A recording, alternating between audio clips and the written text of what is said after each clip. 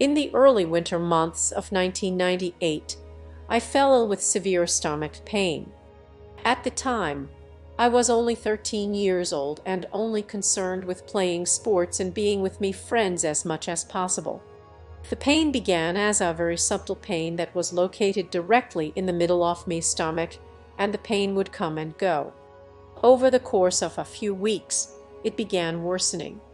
Finally, after nearly a month, my grandmother took me to my doctor, who evaluated and diagnosed me with constipation and gas pains. I was given medications and sent home. However, over the next 2 weeks, the pain became so severe that I was nearly unable to function. Lying on my side was all I could do to be comfortable. Eventually, I stopped eating and became so ill that I was rushed to the local emergency room for more evaluation and testing.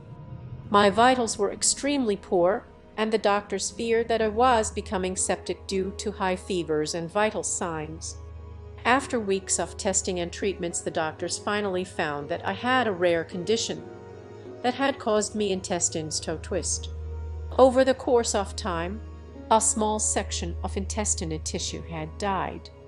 I was quickly scheduled for surgery, and on February 2, 1999, I went into the operating room. The surgeons informed my family and I that the procedure would only take 5 hours, and at the time I remember being terrified. But at the same time, the amount of pain I was in seemed to override my hesitation about having the surgery. I remember the ifs and being wheeled into the operating room to be met by a group in complete gowns ready to operate. Now, I'm not sure how long I had been under, but I remember waking up during the procedure for just a split second. The people in the room sounded like they were underwater trying to talk, and then I went back out.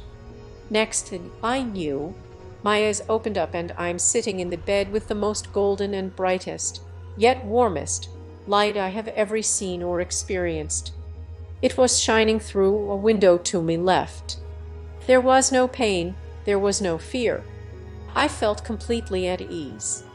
At this point, I felt a slight brush on my left hand. As I looked to the side of my bed, there was a woman sitting with me. She was completely engulfed in this golden light. I could not make out her face, and she wasn't looking at me. She slowly continued to brush my hand over and over again. I attempted to speak, "Where is my mom?" but she didn't reply.